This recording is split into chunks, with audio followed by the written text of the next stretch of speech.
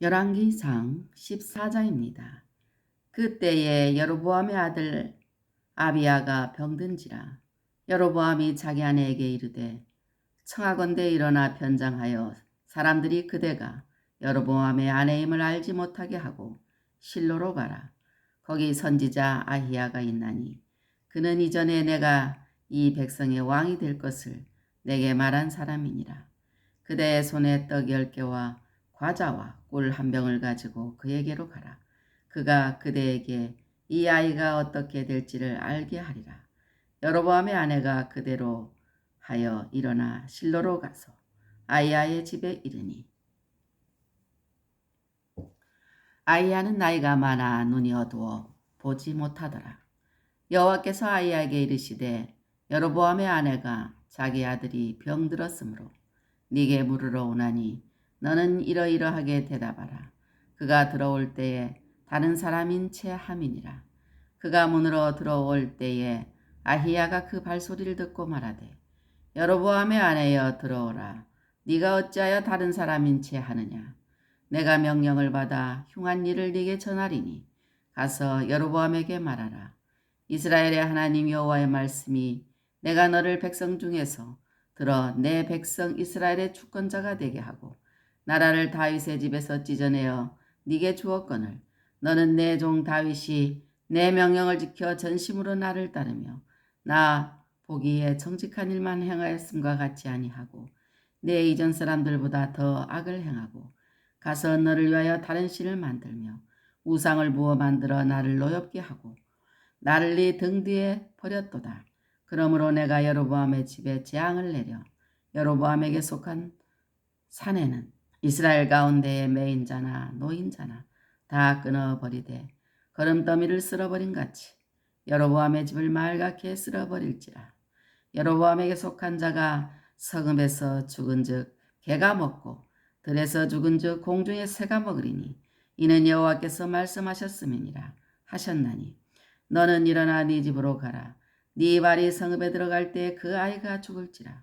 온 이스라엘이 그를 위하여 슬퍼하며 장사하려니와 여로보암에게 속한 자는 오직 이 아이만 묘실에 들어가리니 이는 여로보암의 집 가운데에서 그가 이스라엘의 하나님 여호와를 향하여 선한 뜻을 품었음이니라. 여호와께서 이스라엘 위에 한 왕을 일으키신즉 그가 그날에 여로보암의 집을 끊어버리리라. 언제냐 하니 곧 이제라. 여호와께서 이스라엘을 쳐서 물에서 흔들리는 갈대같이 되게 하시고 이스라엘을 그의 조상들에게 주신 이 좋은 땅에서 뽑아 그들을 강 너머로 흩으시리니 그들이 아세라 상을 만들어 여호와를 진노하게 하였습니다. 여호와께서 여로보암의 죄로 말미암아 이스라엘을 버리시리니 이는 그도 범죄하고 이스라엘을 범죄하게 하였음이니라 하니라. 여로보암의 아내가 일어나 디르사로 돌아가서 진문 지방에 이를 때에 그 아이가 죽은지라. 온 이스라엘이 그를 장사하고 그를 위하여 슬퍼하니 여호와께서 그의 종 선지자 아히야를 통하여 하신 말씀과 같이 되었더라. 여로보암의 그 남은 행적 곧 그가 어떻게 싸웠는지와 어떻게 다스렸는지는 이스라엘 왕 역대지략에 기록되니라. 여로보암이 왕이 된 지 22년이라. 그가 그의 조상들과 함께 잠에 그의 아들 나답이 대신하여 왕이 되니라. 솔로몬의 아들 르호보암은 유다 왕이 되었으니 르호보암이 왕위에 오를 때에 나이가 41세라. 여호와께서 자기 이름을 두시려고 이스라엘 모든 지파 가운데서 택하신 성읍 예루살렘에서 17년 동안 다스리니라. 그의 어머니의 이름은 나아마요 암몬 사람이더라. 유다가 여호와 보시기에 악을 행하되 그의 조상들이 행한 모든 일보다 뛰어나게 하여 그 범한 죄로 여호와를 노엽게 하였으니 이는 그들도 산 위에와 모든 푸른 나무 아래에 산당과 우상과 아세라상을 세웠습니다. 그 땅에 또 남색하는 자가 있었고 여호와께서 이스라엘 자손 앞에서 쫓아내신 국민의 모든 가증한 일을 무리가 본받아 행하였더라. 르호보암 왕 제5년에 애굽의 왕 시삭이 올라와서 예루살렘을 치고 여호와의 성전의 보물과 왕궁의 보물을 모두 빼앗고 또 솔로몬이 만든 금 방패를 다 빼앗은지라. 르호보암 왕이 그 대신 돛으로 방패를 만들어 왕궁문을 지키는 시위대 대장의 손에 맡김에 왕이 여호와의 성전에 들어갈 때마다 시위하는 자가 그 방패를 들고 갔다가 시위소로 도로 가져갔더라. 르호보암의 남은 사적과 그가 행한 모든 일은 유다 왕 역대지략에 기록되지 아니하였느냐. 르호보암과 여로보암 사이에 항상 전쟁이 있으니라. 르호보암이 그의 조상들과 함께 자니 그의 조상들과 함께 다윗성에 장사되니라. 그의 어머니 이름은 나아마요 암몬 사람이더라. 그의 아들 아비암이 대신하여 왕이 되니라. 아멘. 할렐루야. 오늘은 열왕기상 14장을 읽었습니다. 열왕기상 14장 13절로 16절 말씀을 보면 하나님은 그의 귀하신 뜻, 특히 온 인류의 구원을 위하여 모형이 되는 한 민족을 특별히 구별하셔서 구원의 과정의 전형을 보여주십니다. 그 민족이 이스라엘 백성입니다. 그러나 인간은 하나님이 주신 능력을 자기 것으로 오해함으로 교만하여 허물과 죄로 죽었기 때문에 스스로의 힘으로는 선한 뜻을 품을 수 없을 정도로 무능합니다. 이스라엘 백성도 구별된 민족이긴 하지만 그들도 여느 인간인지라 민족은 구별되었으나 그 가운데 개인은 하나님께서 창세전에 택하여 구원하시기로 작정한 사람이 아니면 똑같이 조상 아담과 하와의 전철을 밟을 수밖에 없는 것입니다. 그러므로 누가 하나님을 향하여 선한 뜻을 품었다는 말은 구별된 백성 가운데서도 택하심을 받은 자라는 증거가 되는 것입니다. 여로보암의 아들 아비야가 바로 그런 사람이었습니다. 하나님을 향하여 선한 뜻을 품을 수 있다면 그 은혜로 택하심을 감사해야 합니다. 우상은 하나님이 계셔야 할 자리를 차지한 모든 것입니다.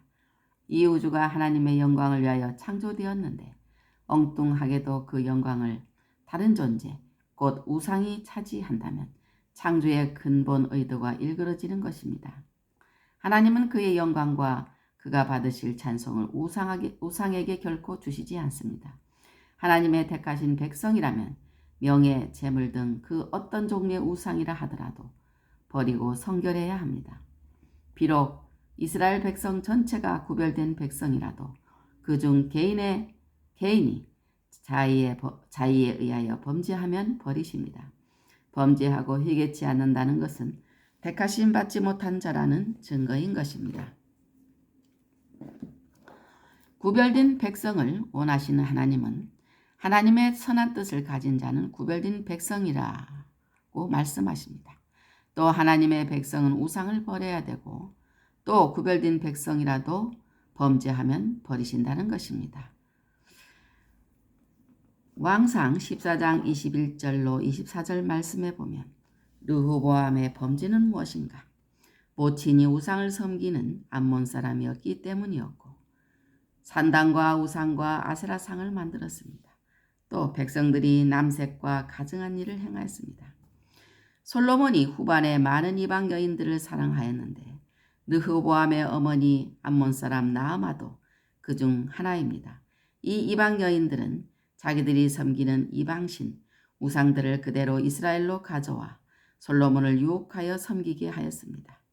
그 아들로 자라난 르호보암이 일찍부터 우상 섬기는 것을 배우는 것은 자연스러운 현상입니다. 하나님의 은혜가 아니면 악은 대를 짓는 것이 보통인데 특히 우상 숭배의 악습은 철없는 어릴 때부터 보고 자라 더 익숙하게 되는 것입니다. 이것은 모세가 애굽의 공중에서 공주의 아들로 컸지만 그의 어머니 요게벳이 유모로 들어가서 모세를 키우면서 이스라엘 민족 정신을 키워준 것과 정반대 현상입니다. 우상은 하나님 자리를 차지한 모든 것이고 헛된 것입니다. 하나님은 그의 영광을 우상에게 주시지 않고 우상 숭배에 대해 진노하십니다. 오늘날도 헛된 종교나 명예, 재물 등 현대판 우상이 세상에 가득합니다. 하나님을 모르고 우상 숭배하는 르호보암이 산당과 우상과 아세라상을 세우는 것은 자연스러운 기결입니다. 그가 여호와 하나님을 알았더라면 우상을 만들지 말라는 율법을 알았을 터인데 아버지나 어머니에게서 배운 바가 없고 하나님께서 솔로몬의 배교에 노하셔서 그 아들에게서도 은혜를 거두어 믿을 만한 근거를 허락하시지 않으시니 르호보암은 타고난 대로 가증한 악행을 자행한 것입니다. 이처럼 조각상이든 재물이든 우상 숭배하는 자는 하나님 나라의 기업을 얻지 못하는 것입니다. 왕이 그러했으니 백성들은 남색하는 등 모든 가증한 일을 본받아 행하였습니다. 남색은 하나님의 창조의 원리를 깨뜨리는 죄악입니다. 이런 백성들은 하늘의 기업을 얻지 못하는 것입니다. 르호보암의 범죄는 모친이 우상을 섬기는 암몬 사람이었기 때문이고 산당과 우상과 아세라상을 만들었고 백성들이 남색과 가증한 일을 행했습니다. 왕상 14장 25절로 31절 말씀에 보면 하나님의 백성은 하나님이 눈동자같이 보호하십니다.